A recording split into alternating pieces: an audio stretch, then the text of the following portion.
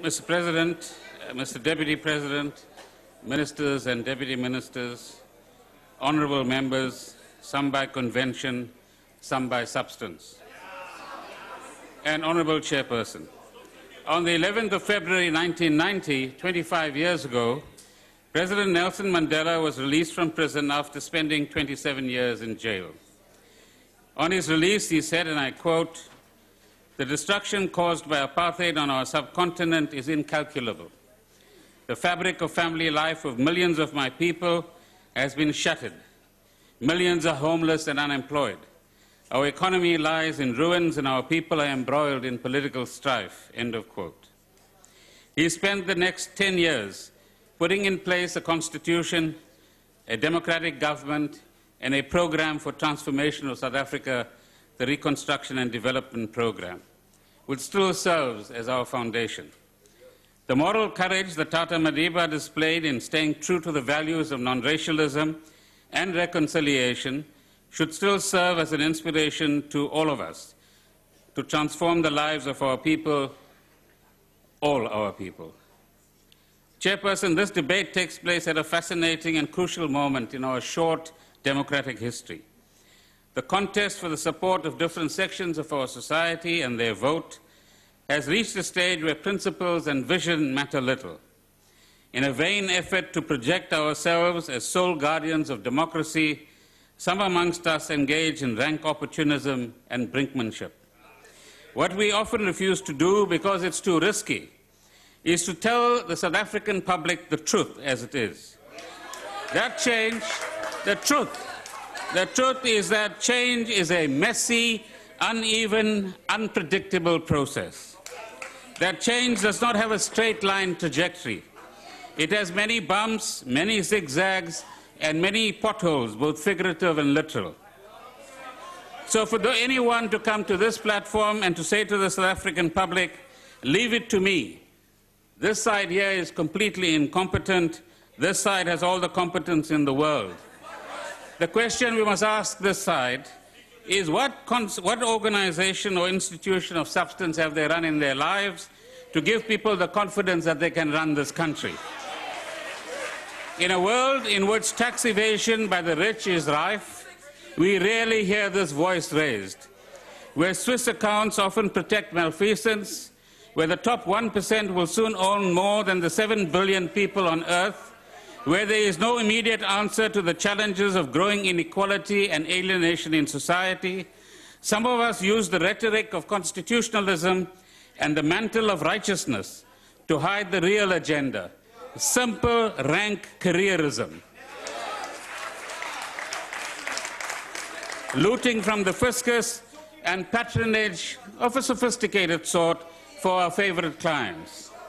Ours still remains the task in the ANC, notwithstanding the many hurdles, to create a better South Africa and a better life for all 50 million people in South Africa. We in the ANC do not have the luxury of merely preaching and complaining and moaning and analyzing. We have the responsibility to continue with the tough work of changing South Africa, of giving people hope, not despair. We are not a broken organization. We are not a broken country. Chairperson, the local government sphere provides a unique microcosm of all of the challenges that face progressives who earnestly want to change both the structure and the daily suffering of some 50 million people so that they can live better. We want our 50 million people to live in dignity and decency. We want them to live in harmony and peace, not in strife. We want them to live in safety and be creative contributors to building a different and caring South Africa. A crucial part of this program of overcoming the divides of the past is the historic project of building a new nation in which non-racialism and non-sexism will thrive and the diversity of our people is embraced with increasing understanding and respect for different cultures, religions, and languages. The ANC, we insist, remains the leading champion of transformation in South Africa. Notwithstanding many challenges and impediments, the ANC remains the most committed organization to pursue the task of transforming local government, and thereby the lives of all sections of South Africa over the next few decades, because it is going to take decades to do the work we have to do. Local government, honourable members, is both the site of great excellence, as I will point out in a moment, and a site for the most regrettable neglect. We will not deny this reality. Ours is the responsibility to continue to change the reality faced by our people daily, not just criticize and condemn. The President, in his address on the 12th of February, announced various measures to support district municipalities, ranging from funding for electrification projects, agri-park initiatives, commercial farming to support 300 farmers, the upgrading and funding of informal settlements, support to mining towns, amongst others. The narrative about municipalities is often a very negative one. We need to change that narrative to ensure that this topic is approached in a balanced manner. Government, they'll keep quiet in a moment, just watch. Government is thus not shying away from the real challenges facing our municipalities. But as government, we refuse to fall in the trap, as I said, of pronouncing that South Africa is a doom and gloom country. Ours is the responsibility to restore the necessary confidence in this crucial sphere of government. We believe it can be done. Over the past year, a number of municipalities have taken initiatives to promote municipal excellence and innovation across various fields of service delivery and socio-economic development. Let me mention a few. For the period April 2014 to February 2015, the Joburg Roads Agency program, it's called Find and Fix, was recognized by Microsoft South Africa as the Microsoft Application Development of the Year in 2014. The Fix and Find app, which empowers citizens of Joburg to help themselves in the city by providing concise and accurate information about road-related matters for which the JRA is responsible, is very useful. Now let's come to Overstrand, which is a DA-controlled municipality. I want to hear the heckling now. This municipality was the winner in the category of waste management during the 2014 Greenest Town competition and the new Prickstool biofiltration water treatment plant, which received an award for excellence in municipal engineering from an engineering organization in South Africa. Let's congratulate them. Let's be fair.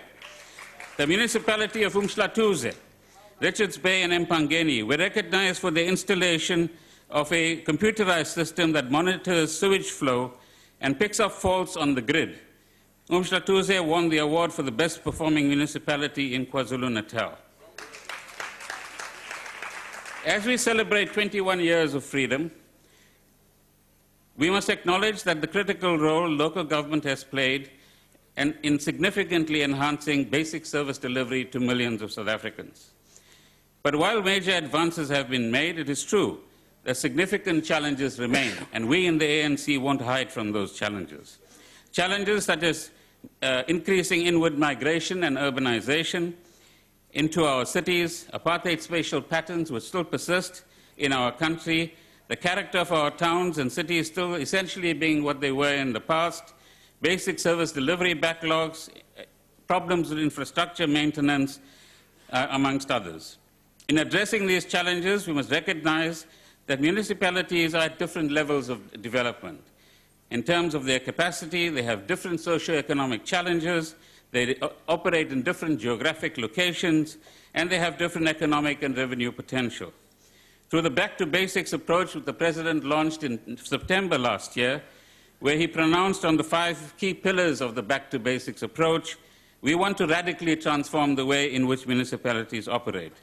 Our injunction to all municipalities, regardless of which political party controls them, is put people first and listen to their concerns and respond to them.